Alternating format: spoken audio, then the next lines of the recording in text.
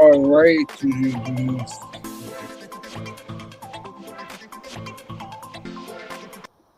Hello, everybody.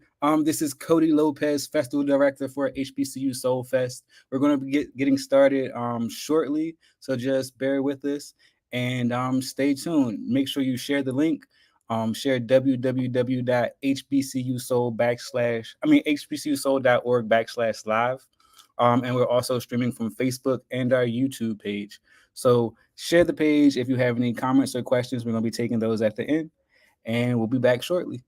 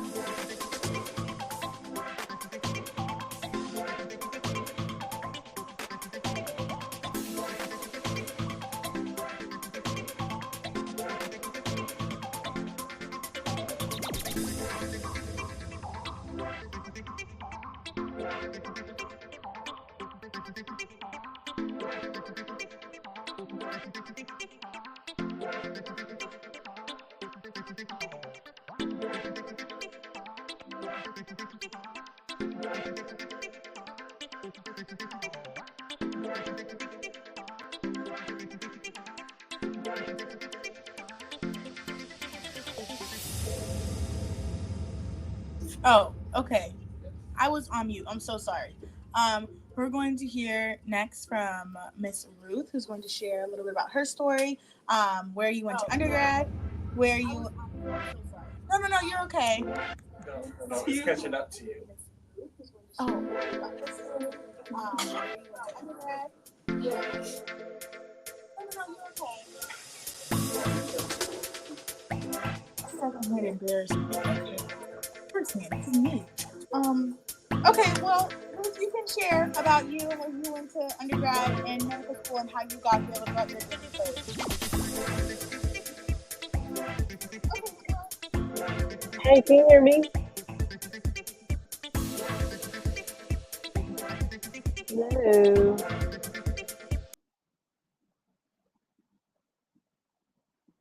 Are you able to hear me? Say Yes, yes or no. I can Okay, hear you. I think Linda is supposed to go first. You might need to go in that other room because it's too close. I'm so sorry. It's just like being on Zoom. They see you on the screen.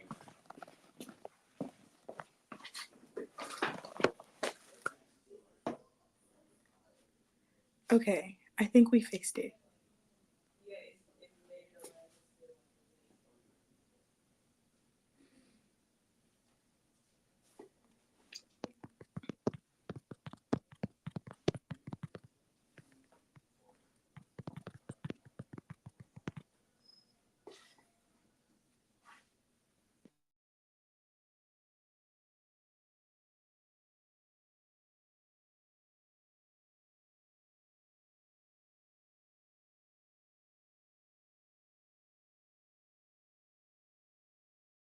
Linda, you can share.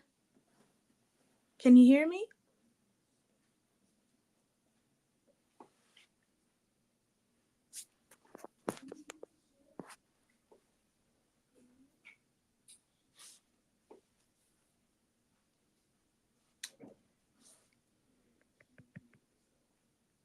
I think you might be on mute, Linda.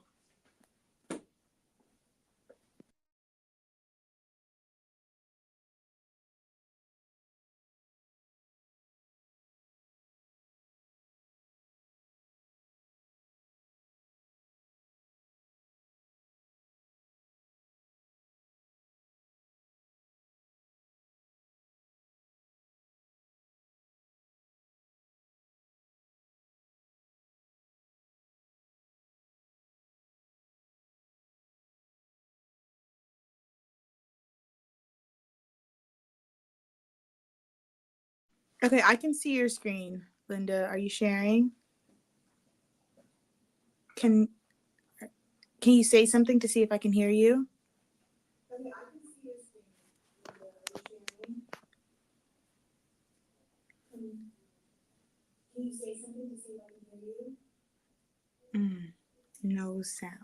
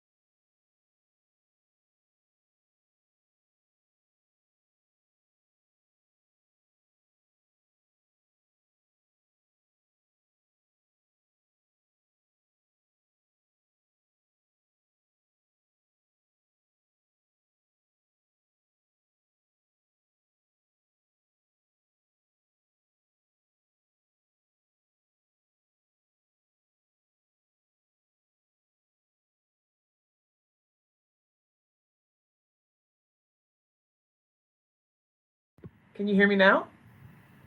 Yes. Okay, excellent. Let us begin. Sorry, that was a complicated start, but it's a pleasure to be with you this afternoon and to join you virtually from Seattle. My name is Linda Osesso, and I have the honor of managing the Research and Mentorship Program, which is for BIPOC medical students who are interested in HIV research. So to jump right in to our presentation, I want to tell you a little bit about the HVTN. So I have the honor of working for the HIV Vaccine Trials Network, and for those in the room with my colleague Daniel or Dr. Driffin. And the HVTN was started in 1999, and we're considered to be the largest publicly funded organization working to find a cure for HIV. It's an international collaboration. And our goal is to enhance the discovery and the development and drive the development of a safe and globally effective vaccine. And we are, we work in over 100 clinical trials sites in 5 continents. We've had participants enrolled in over 45,000, greater than 45,000 participants enrolled in our clinical trials. And so I want to jump right in to give you a bit more context to help set the stage for who you're going to hear from today. So a little bit about, so BIPOC communities are disproportionately impacted by HIV and AIDS. And as you can see in the figures on the screen, there's a disparity between the makeup of the US population and new HIV diagnoses. For example, African American Black population makes up 13.6% of the US population, but 40% of new HIV diagnoses. And this is, you can see this similarly for other populations. So even though BIPOC communities have a high HIV rates, these groups are underrepresented in clinical trials of HIV prevention and treatment. And in this slide, I present data from two publications coming from the HBTN, which both looked at the racial and ethnic distribution of phase 1 and phase 2A HIV vaccine participants in the US between 1988 and 2022 and 2022 and 2016. And although overall enrollments increased between the time periods, the second paper you see on the screen highlighted that there was still a massive disparity between which populations have increased vulnerability of HIV acquisition and which populations should be included in HIV prevention clinical trials. So here you see that BIPOC communities are also underrepresented in medical and research, in the medical and research workforce. And as you can see in these figures above, newly enrolled US medical students to US active physicians to US medical professors, the data shows a decrease in representation of BIPOC communities as you go up the pipeline. So to address this, we at the HBTN realize that, and you all know that building capacity among BIPOC physicians, scientists is imperative. And so a diverse research workforce will provide the potential for innovation by leveraging different backgrounds, experiences, perspectives, and values. And it's a potential way to address the lack of BIPOC participation in clinical trials and to increase representation of physician scientists from these communities. So BIPOC researchers, Black, Indigenous, people of color researchers are in a unique position to help address health disparities, enhance results dissemination strategies, and strengthen the health impact of HIV and AIDS research. So in 2011, our organization developed the Research and Mentorship program to attract a diverse pool of researchers in the field at an early stage in their career development. So to be part of this program that we have, you have to self-identify as BIPOC, so Black, Indigenous, people of color, medical student. So you have to be in medical school. I know you are all not in medical school yet, you're an undergrad, but some of you are potentially future clinicians, depending on your interests. You have to be attending medical school, so a US medical school, an MD, so medical degree, DO, Doctor of Osteopathy, or an international medical school that is US certification eligible. You have to be in good academic standing, be a US citizen or permanent resident, or a person with DACA status. And you have to have an interest in HIV and pursuing a career in HIV research. So we offer 8 to 10 week, 9 to 12 month research projects. And these research areas are in basic clinical behavioral laboratory and social science. They're structured mentorship projects where scholars get to travel to different parts of the world to do research. And it's an opportunity to do research in either domestically here in the US or internationally. You'll get to hear from some of our scholars who've gotten to travel and work in different projects domestically and internationally. And then scholars then work on their project throughout the years. They go somewhere for 8 to 10 weeks or 9 to 12 months. And then they come the next year in May. So last week for us here, for this last cohort, and they get to present their science in the form of a poster presentation and an oral presentation. And the cool thing about our program also is, folks, if you've done it the first time, you get to be able to apply again as an alumni. So you'll get to hear from some of our scholars who've done our program more than once. So we offer funding for this, and it ranges depending on the short-term or long-term project. And this includes scholar salary, travel, project materials, the mentor stipend.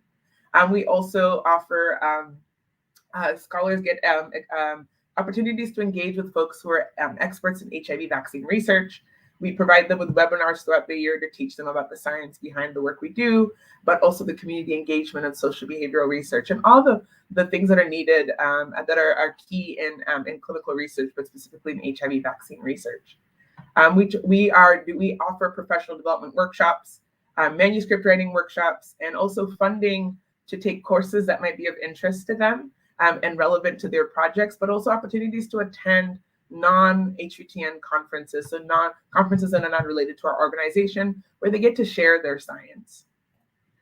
So just to give you a bit of highlights, so this is just a subset of our population. We've had students from all over the US, 52 medical schools for this period, 2011-2022, 52 medical schools. We've had 80 MDs, 1 DO, but this is actually not including the current cohort that we have.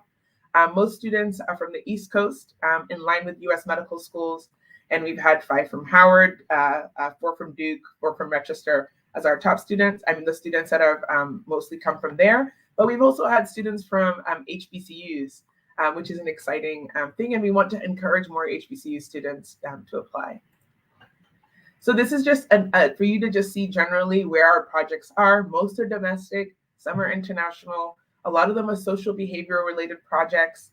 We also have basic and laboratory. But then there's also subcategories where we're looking at general prevention, immunology, trial experience, recruitment, product, vaccine specific related projects, trial conduct, and vaccine acceptability. And here is Samuel Owusu, who you'll get to hear from with his mentor, Dr. Katanekwa Njekwa in Zambia. But they were presenting at the meeting, the HBTN meeting last year.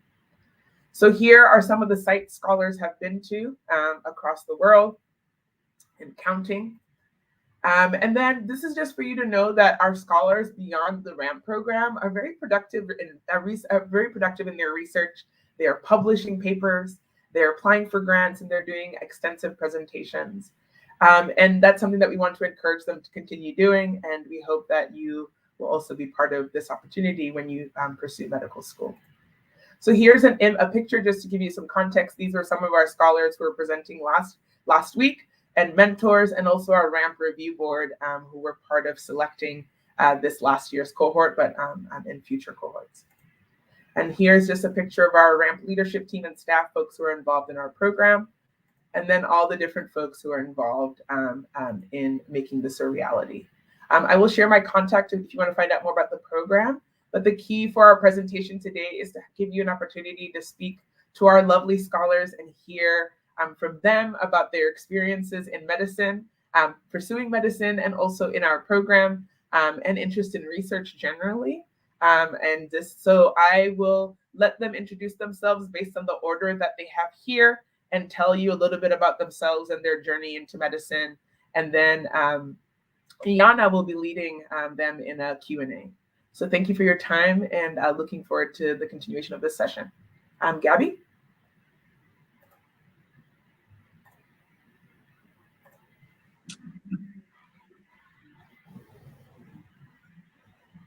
Hello. So I messed up a little bit earlier and we went a little bit out of order.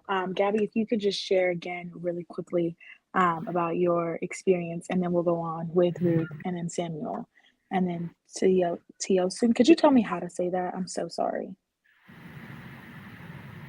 It's Sion. Sion. Okay, thank you so much.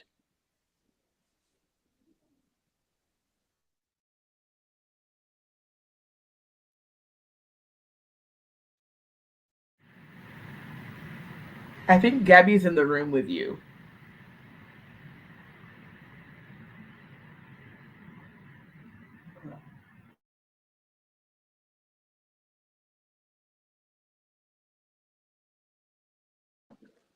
It's okay. No, they can hear her now.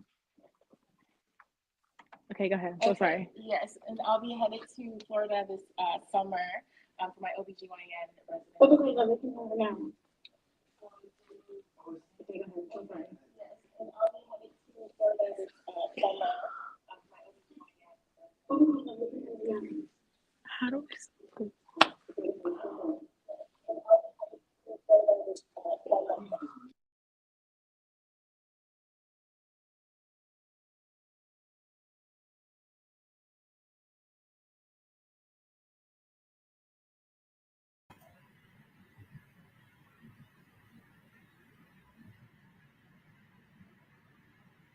Um,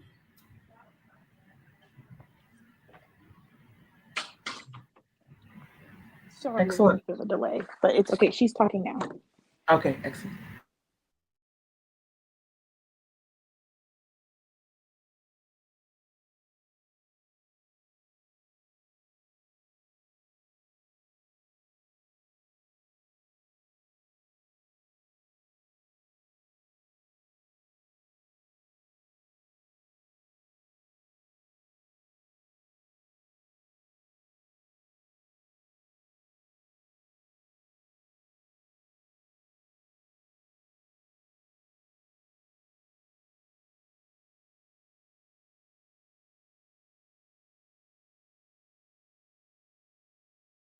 Thank you so much for sharing, Gabriella. Ruth, could you share, please? Hi, can you hear me and see me? Yes, no, maybe Yes, we so. can hear you. Okay, you just want to know about my educational background? Yes. Okay, so hi everyone. My name is Ruth St. Ford. I'm originally from Delray Beach, Florida. I went to the University of Florida for undergrad, where I got my bachelor's in microbiology and cell sciences. And then after that, I took a year to work, but then I got my master's from Morehouse School of Medicine, and it was my master's in medical sciences.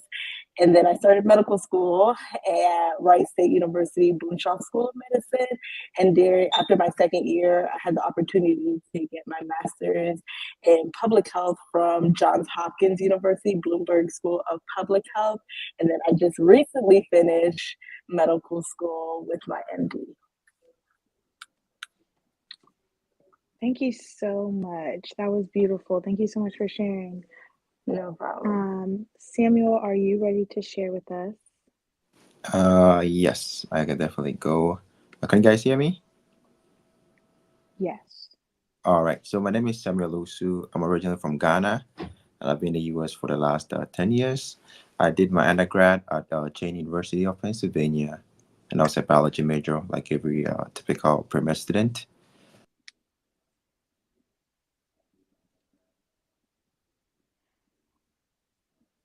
I think we just lost Samuel. Sorry. Let's give him a second. Okay, there you go. He's back. Oh, More, but the ones that I felt was more impactful were being part of the Student of All Nations, as well as being part of the Toastmasters. Kind of did stuff that can build my stuff that I needed, kind of apply to medical and also kind of personal life training and stuff like that. And I've been a part of the RAMP project that Linda talked about. And I've also been a RAMP alumni 2 times, so I'm a third time RAMP scholar. I did it online, and my other two projects were at Emory University. And also I go to Morehouse School of Medicine. I don't know if I said that. thank you so much for sharing.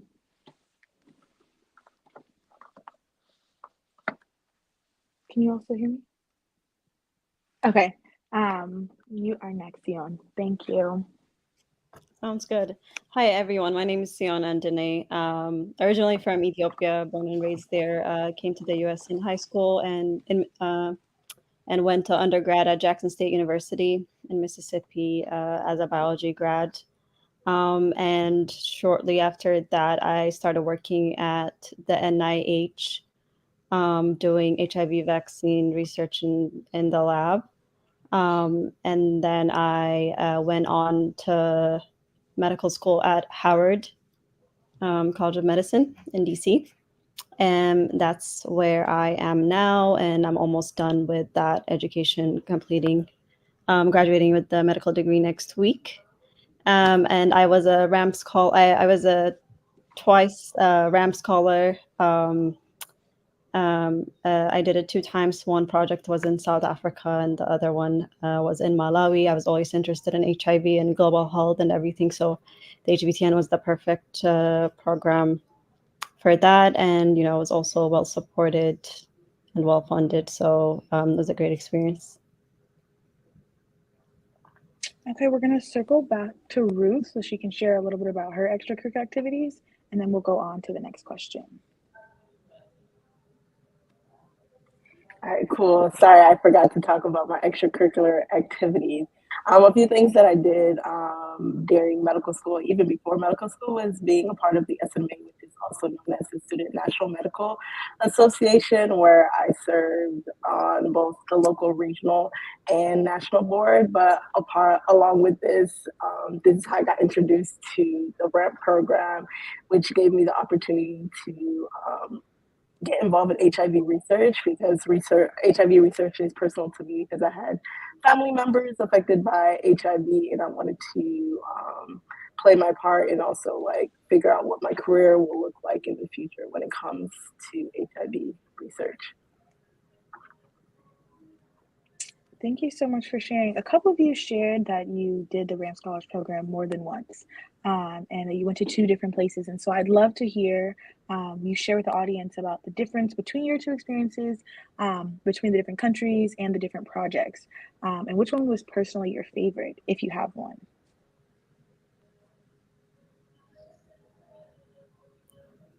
Anyone can go. It's okay. Okay, I can go first. I did 2 different projects, and my experience was very different because my first project was supposed to be in Zimbabwe, but unfortunately COVID hit and we were all on lockdown. So we had to do my project virtually, which it wasn't an issue. I was able to communicate with my mentors on the regular. I was still very much involved in the project, being able to set up workshops and really focus on creating the mobile application that we wanted to create, because that's what we were focused on, figuring out how to provide resources to young people in Zimbabwe. But the way it differed to my recent project, I got the opportunity to travel to South Africa to really focus on seeing how people understand this concept called vaccine-induced seropositivity, where people test positive for HIV after an HIV vaccine trial, even though they may not have HIV. So I was in Cape Town, and I got to talk to former participants, people who worked in the clinical site, and also the those health providers in the communities, just to see how they comprehended and what kind of resources they needed, or what kind of things we can do to improve that education. And by far, and maybe I'm just a little biased because I went in person, that was my favorite experience, because I felt like I got to really be on the ground working, figure out, talking with individuals, because I love to talk if you can't tell. And really see like the research that I was putting together and will continue to be putting together at work. That is so wonderful. Thank you. You make me want to travel and do more research. Sion, would you like to tell us about your experience? Yeah, sure. Yeah, so it's kind of similar story. So my first project was during after the end of my first year of medical school, and I was supposed to travel to South Africa in person as well, but that didn't happen. That was 2020. That didn't happen because COVID happened, so I had to figure out how to do the project virtually. So I didn't have that on the ground experience back then. But I mean, the project itself was a great project. Got to learn a lot. It was a retrospective analysis looking at the differences between rapid point of care testing and standard lab testing for STIs, using women that were included in the HBTN research, clinical trials. So I mean, it was a great project. I got to learn a lot of skills from it. Got to learn a lot, got to be exposed to a lot of biostatistics, and got to be involved more directly in data, cleaning the data and learning to analyze the data and things like that. So that was a good experience just to have that skill set.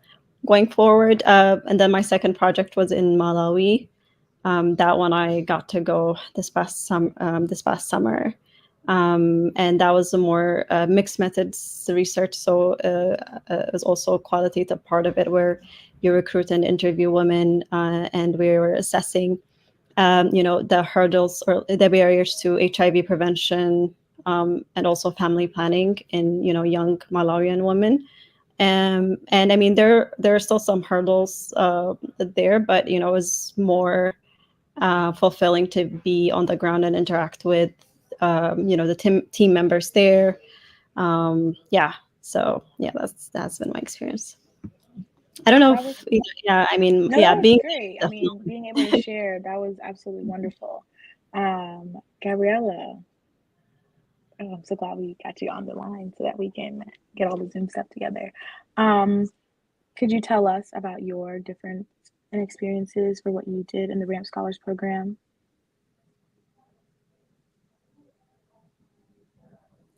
so Gabby only did one year.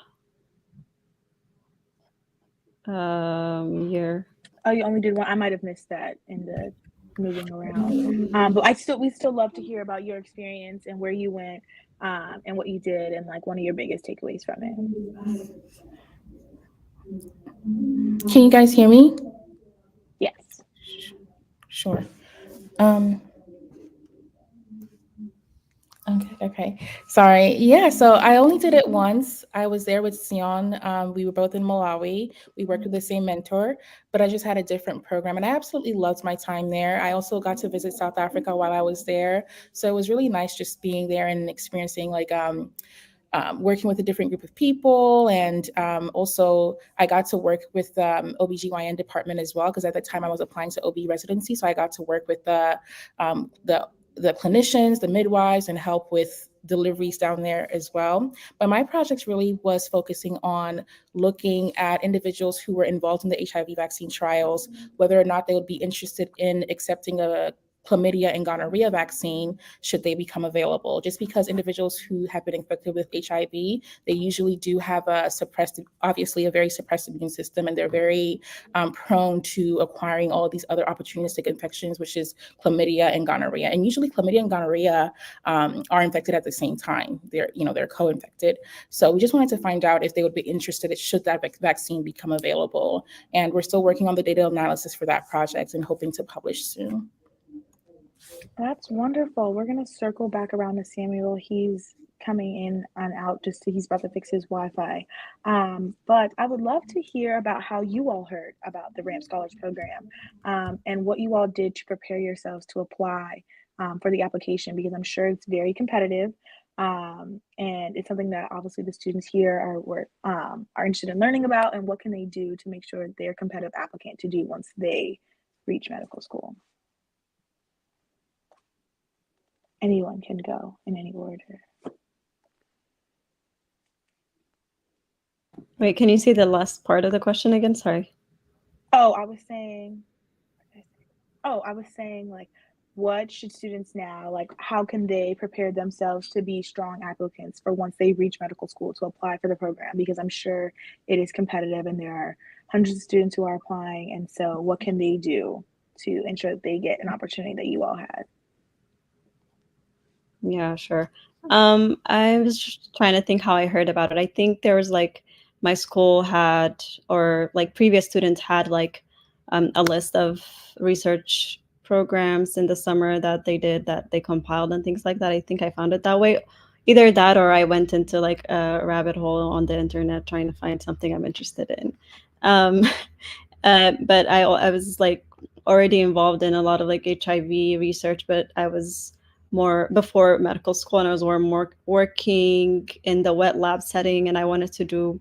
I was interested in public health. Yes, I did. I also did a master's in public health degree from Harvard School of Public Health last year. So I mean, I was interested in population health and HIV. So I wanted to do more clinical research that's more applicable in clinical care and things like that. So that was a good opportunity for me to shift my interests in that. in this using this program. And I think to be competitive, I think the main thing is, showing genuine interest in HIV. And yeah, I think showing genuine interest is the main thing. And then, I mean, it would help to, I don't think it's a requirement, but it would help to have some kind of background doing some sort of research, or you know yeah, I don't know, that's what I would say. No, that was great. That was Background in super research helpful. Thank and you so genuine much. interest in HIV research, or Thank something you. that would relate to that. For sure. That was amazing. Does anyone else want to share? I can I can share. So I found out about the RAMP program through the S of the Bay, and this was before I started undergrad. So I'll be completely honest. I started stalking this program because I was just like, by the time I know I'm going to get into medical school, but I didn't know when. And I was like, by the time I get there, I am going to apply, and that's what I did. And Linda, the woman who presented before, she was very accessible, like willing to answer questions even prior to me being in medical school. So when I got into medical school, I put my application in. One of the biggest things I made sure to do was to have other people read over my application. Though I have like my own personal history with HIV, being that my family has been affected, I still knew I had to present myself well when applying for this program. So I think I had different kinds of friends to read through my application. I had my friends who knew me from elementary school who know my personal life story, and then also some of my med school friends and mentors to read through the application and tell me what I should keep, what should I should take out, and ways I can improve it.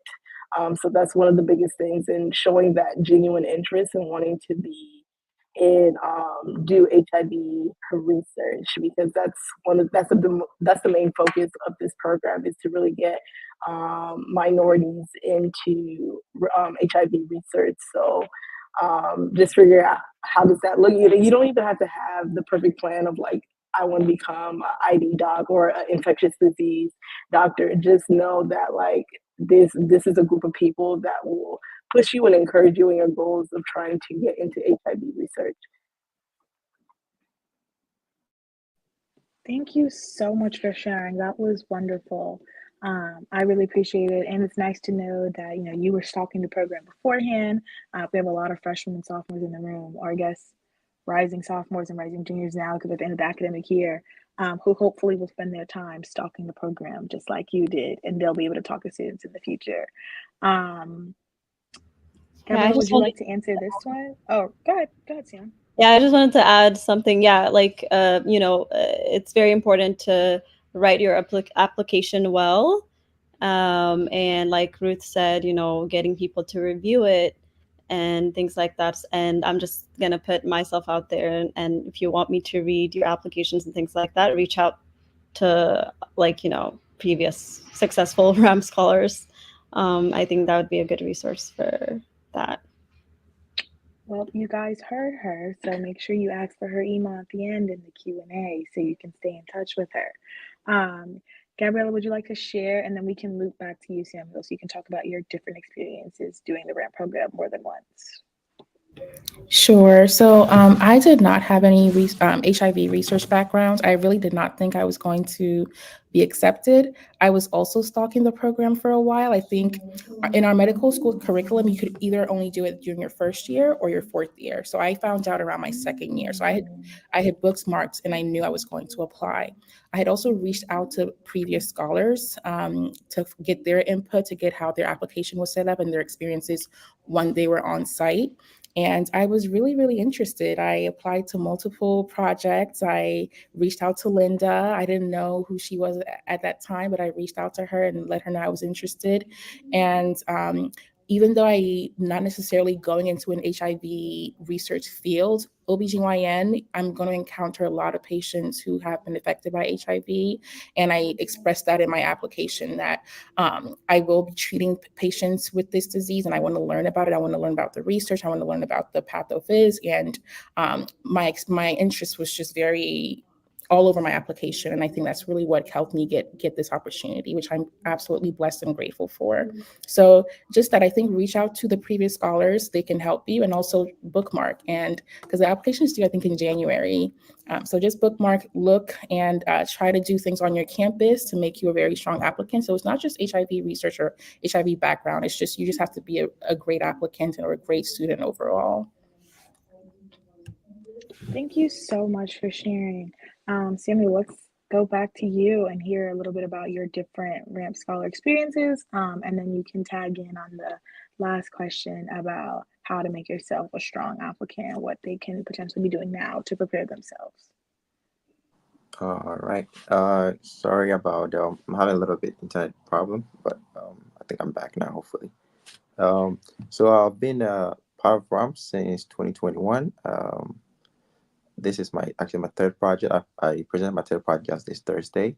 My first project was supposed to be at Zambia, but unfortunately, due to COVID, like I think some of my colleagues, we weren't able to go in person. So we worked online. I still have connections with them. We're still writing papers. So we've been working for the last 3 years. Probably like breaks in between, but we've been together for the last 3 years, and we're working on 3 papers currently. And it's been like an amazing experience, even though I wasn't able to go in person. The kind of people that kind of work for Ramp, I was like kind of diligent enough that they make everything work for you. And that was my first project. It was mainly about kind of looking at the clinical characteristics and also the outcome of COVID-19 in people living with HIV. And my second project, so that was supposed to be as a Ramp alumnus. I think I was one of the first Ramp alumni, I believe. So we had to write our own proposal. So I found a mentor at Emory, and then we decided to kind of write something, come to work on together. So she didn't have any project that was already ongoing, so we had to start our proposal from kind of the beginning. So we wrote a very massive. We didn't think it was going to be that big, but I think it ended up being a very big project that we had to split into two eventually. So the first part of our project was kind of to see how COVID-19 affected participation in HIV research. So that's how we looked at that, and that took almost a year to kind of finish. So the second part that which I just presented, was looking at Black LGBTQ individuals and how they think or believe COVID has affected their participation in COVID-19. So I think I say that to say that having like a mentor who's going to be supportive throughout the journey is kind of amazing. And I think I heard some of my colleagues kind of talking about having a good project and everything. But I also feel like having a stronger connection also is going to help. So the website is all on the internet. You can go on there. You can find projects that you're interested in, and message the person you're interested in the project directly. Kind of talk to them. Kind of get your foot in the door in a way, and then also let your passion speak for you. Most of the time, I would say nobody's like the perfect writer, but with your passion, I think you'll be able to kind of tell more or say more than you can ever write. So I think me taking the initiative to talk to my current PI about my interest, even though she doesn't do behavioral science, she was kind of interested in helping me kind of get that project started. And I think that's how my second two projects kind of ended. And what was the last question? Sorry. Just sharing a little bit about how, they can prepare themselves to apply to the program in the future once they've reached medical school. Okay. So the project, I don't know if Sion already mentioned it. She was my colleague at NIH. We both did the NIH postbac program together. And she was the one who did it first, and then she told me about it. And then I didn't hesitate. I kind of contacted Linda about my interest even a year before I had to apply. So I think before my application even went in, I had already kind of let myself know that I'm interested a year in advance. And then I think I applied, and then she also looked at my application to make sure that my passion is kind of reflecting on whatever I've written. Because I don't think I'm the best writer, but like they said, always get somebody else to look at it for you.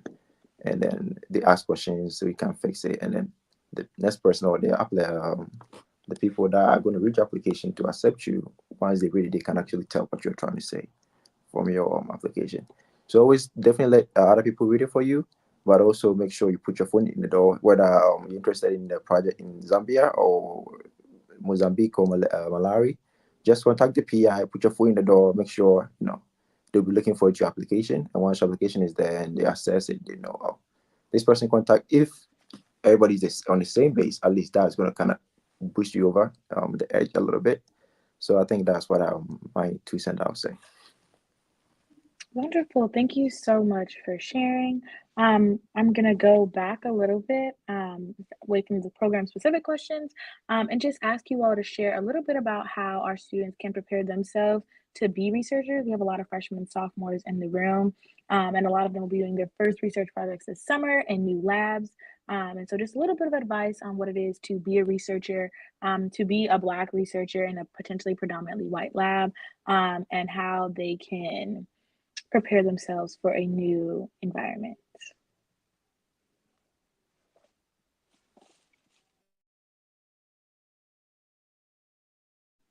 And you can answer in any particular order. I guess I can go. I think I will count myself fortunate that it seems like every lab I go in, I'm able to like kind of fit in. But I don't know if that's just me or I don't even see anything else. But you kind of go in once you are doing something that you're passionate about, nothing else kind of really bothers you in a way. So just find the project that you're kind of passionate about, and then remember that you're there to learn, and everything else is like kind of secondary. So once you're working, I don't think anybody can tell you otherwise. Or once you are in your zone, you're doing what you're supposed to do every single day. I don't think anybody can tell you anything else. And then most mentors are there because they want to support you. So you kind of think about it from that perspective as well. I mean, that taking students because they want students, not because of they're getting any extra grant or anything else. They are there to support the students. So just kind of have that in mind as well. That was wonderful. I'm going to interrupt slightly before the next person goes. When you guys use acronyms, we have people in the comments who are like asking about them. So PI is for Principal Investigator, and NIH is for National Institute of Health. So when you guys use your acronyms, can you all just share what they are, please? Thank you so much. Whoever wants to go next can go.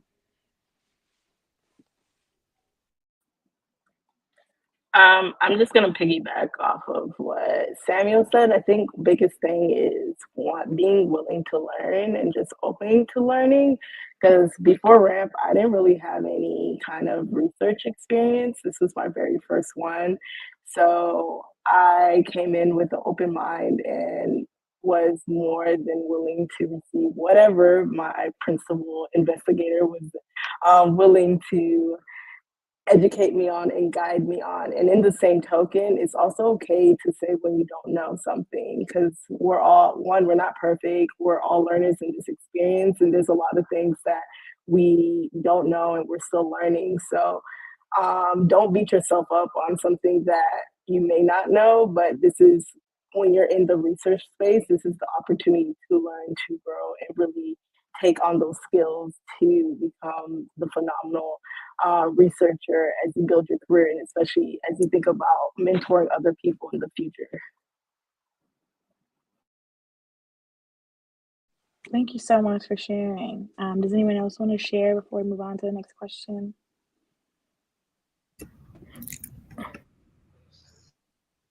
I can go. I didn't really have a lot of research experience before ramp as well. I think that I don't love research. However, like throughout the undergrad, med school, and residency journey, it's kind of like a requirement. Like even through residency, a lot of the specialties you need to do research to be able to graduate from residency. So it's kind of like it's something that we all have to do. Like when you're a private practice physician and you don't want to do research anymore, that's on you. But when you're going through the journey, you do have to be involved in research because medicine is always changing, and we want to figure out what's changing and what we can how we can adapt to that change. But I didn't have a lot of research before ramp. I did a little dry lab stuff in undergrad, but my main research project throughout medical school has been with ramp. I've learned how to write protocols. I've learned how to write informed consent. I've learned how to just anything related to clinical trials, data analysis. I've learned all of that through ramp, and I think that's just going to be very helpful and beneficial for me throughout residency as well. So as a Black researcher, I worked in Malawi, which is a Black country. So most of the people that I worked with were also Black. However, in the States, when you have, you're working with individuals of different races, of different backgrounds, as the other two scholars have said, just being willing to learn, because they also have very great things to teach, being copacetic, trying to be copacetic, working with all the individuals in your lab. I think that's one of the biggest advices I would give, being a Black individual in research. Thank you so much. Sion, would you like to share as well? Yeah, I would just agree with everything that was said. But yeah, like, when you enter a research lab, like, you're not going to be the expert on day one. So I would really echo what Ruth said, and just be willing to learn, and, asking questions, and just being eager to learn the most that you can, and gain the skills as well. The different skills that will be applicable elsewhere as well. And also, just in case you're not interested in the research that you in your first research experience per se, it doesn't mean that you don't like research or something. It might just be not your interest area, or like, there are also different types of research. Yeah, I would say keep an open mind, and find where your passion lies. But yeah. Okay, thank you. We have another question from the audience, asking about what are the hurdles that they should prepare themselves to try to get through to get to medical school. They're interested in doing the program, and obviously to do the Ramp Scholars Program, they have to get to medical school, which can be very challenging in itself. And do you all have any words of advice, tips and tricks, ways to stay afloat as they try to go through that application process? I can start. I think I was sharing with the group earlier. My biggest hurdle was the MCAT. I took the MCAT 3 times. I couldn't take it while I was in undergrad. I didn't do well when I took it the first time in undergrad, so I had to do a 2-year master's program and take 2 years off of work. I had to talk to my mom and be like, I can't work. I just need some time. I need 6 months to study for the MCAT. And that final time, I scored in the 80th percentile, and I think that's what got me into medical school, because I had some hiccups throughout undergrad. I didn't have the perfect GPA through undergrad, but I think that score is really what put my application forward and was able to help me get into medical school. So really, the MCAT is a beast that we are all very much well aware. We know the reason why, but whatever. However, I think just taking some time off, it's really hard to study while working and while doing other things, especially while you're still in undergrad for me. So if you do need to take some time off, maybe 3 months, and just uninterrupted studying, I think to go that route to make sure that you get the score, a good enough score to help you get in.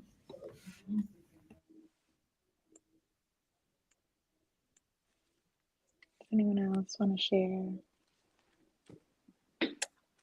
I mean, I can share, and then I just want to say, go Gabby, because that's amazing. But just to add on, similar to Gabby, I took the MCAT 3 times, and I think one of the biggest advice, or I don't even want to call them hurdles, this was a part of my process of getting into medical school. But one of the biggest things was I don't think I prepared myself mentally for the MCAT, if I have to be quite honest. I sort of thought about it the same way I thought about SAT. I went in, I was just like, what's the worst you can do, Ruth? And I took it the first time, and it was bad. It was not good. And so it's just like, all right, I really need to buckle down and study. And like Gabby said, you need that dedicated time to make sure you have that, make sure that you are successful in taking the MCAT. But the other piece about it that sometimes we don't talk about is finances. applying to medical school is not cheap either. Like on top of paying for the MCAT, if you do it multiple times, if you do a prep course, that's another thing you have to consider. And there's scholarships out there. I would recommend people applying to scholarships for these prep courses, also the application process itself. So for those of you who qualify, you can do this program called FAP. I think it's the abbreviation stands for Financial Assistance Program, where at least they will cut down, discount the cost of the application. So those are some things, especially those who are in their junior, senior year, considering applying to medical school soon, just to start planning those things out, not only the MCAT, but budgeting to apply for med school. I'm gonna go next, and I'm gonna say one thing, at least that one thing I learned throughout the process is that you have to try to learn from other people's experience as much as possible than making the mistakes yourself to learn. Um, some people, I mean, everybody want to go to medical school. I think from I don't know, from undergrad or from high school, you know you want to go to medical school, but sometimes you just don't know how to get there. All you know about is I want to go there, but how to get there, sometimes you have to learn from other people's experience. I graduated undergrad and I went to NIH. I'm trying to do research so I can get to medical school. But even taking the MCAT was something that I know very little about. And I think that was probably one of the also reasons why it took me 2 years to get in. Because, and I was fortunate that I had Sion and other people in the lab that were kind of ahead of me that were doing the same application. So I had to learn from their experience. And I wouldn't say I had the strongest application, but just kind of learning from what they did and what they had in the application that made them strong candidate also kind of helped me. Because sometimes you just need one thing to put your foot in the door. Because sometimes you have all the brilliant things to say, but if you don't get an interview, you're not even going to get it. So just try to learn from other people's experience to get an interview as many, or even if it's one, just try to go there and prove that you are worth to be here. And that doesn't matter what you have to do to get that interview. Even if you have to like send 100 emails or 1,000 emails, just send it. And then you don't have to have the strongest MCAT score. I didn't have the strongest MCAT score. Like everybody else, I had to take it 3 times, and the third time wasn't a charm. I can promise you that. The third time was it was just as okay as the first two. But what I did differently was learning from other people's experience about how they kind of went about the application, and then put it in, and eventually I got to Morehouse, and that's been, I guess, not the end of the story, but also part of the journey, I would say. Thank you so much for sharing. Yeah. Yeah, I would just say for me, like the biggest thing was, mentorship and just like being with people that are like in the same path. Um, I feel like I kind of didn't know, like didn't have a lot of resources of how to, set myself up for success in applying to medical school when I was an undergrad. So which is why I had to take a few gap years and do research and improve my application, which I think that research, the post-bac program really improved my application significantly as well, and which also gave me time to study for the MCAT, and prioritize applying to medical school in that period. But yeah, I would say, yeah, definitely like put yourself in a situation where you seek mentors and you seek good advice, and also don't limit yourself. Apply, broadly. I feel like there's no such thing as reach schools. I don't know. I feel like you're good enough to end up anywhere. Like, so yeah, that's those are the words I would say. Thank you so much. Thank you all for your honesty, your vulnerability, sharing about your journeys. I appreciate it, and so do all of the students online and in the room. Does anyone have any last final thoughts or words you all want to share before we wrap up? I did have one last thing I wanted to say in terms of getting into medical school, just because I remember how tough it was being in that position. I will also say reach out to other medical students that are in the schools that you want to go to. I knew I wanted to go to Howard since like right after undergrad. And so when you reach out to those medical students, some of them know people who are on the admissions committee. And that's really kind of what helped as well, because one of the students wrote me a letter of recommendation. Some school students can write letters of recommendation. So at Howard, we did have something like that. So just reach out to the students and reach out to like the faculty. And because, sometimes people who are already there you just need that extra push. So just use people as a resource and reach out to them, because they can also really be helpful in making sure that you get in. Okay, thank you so much. Does anyone else want to go? I was just gonna say, enjoy the journey, and you'll end up, where you're supposed to. I like that. I saw you unmute yourself, Ruth. You have final words too? Yes, I just want to add on to what Gabby was saying, especially with networking. It's in this phase of your life, or this season of your life, networking, or any season of your life. Let me not just limit it to pre-med or before medical school. Networking is a huge tool to use. So I know I mentioned the Student National Medical Association prior, but there's also the Minority Association for Pre-Medical Students that's also alongside or joined with the SNMA. That's a huge networking opportunity. They have a conference every year, Easter weekend, called the Annual Medical Education Conference, where we also get to table and talk about our research at that conference. But the biggest key is finding little opportunities, big or little opportunities, to like really get your name out there, because people will remember you. People will try to provide you the support and the resources in order to get you into medical school. Okay. Can I say one thing quickly? Yes, go right ahead. Out of time, but I just want to say, just be your own advocate for sure. Just be your own advocate. Nobody can tell your story better than you. So just go ahead and just advocate yourself for as much as possible. Well, thank you all so much for sharing. If you all are willing to share emails, you guys can send them in the chat with me, and I'll distribute them out to the students and to the chat. But just thank you so much for attending. Thank you so much for sharing your stories, taking the time out of your busy schedules to come talk to us. To those who are graduating this week, congratulations. Those who are graduating in a couple weeks, congratulations as well. Thank you everyone for attending our virtual HBCU Soul Summit as a part of our inaugural HBCU Soul Fest presented by Viv Healthcare. And a super special thanks to our event sponsor, the HIV vaccine trials, for hosting a live watch session at Morgan State University. I hope you all have a very wonderful day. And for those who do want the emails, I will be sure to share them with you all. And have a wonderful day, everyone. Thank you for coming. Bye.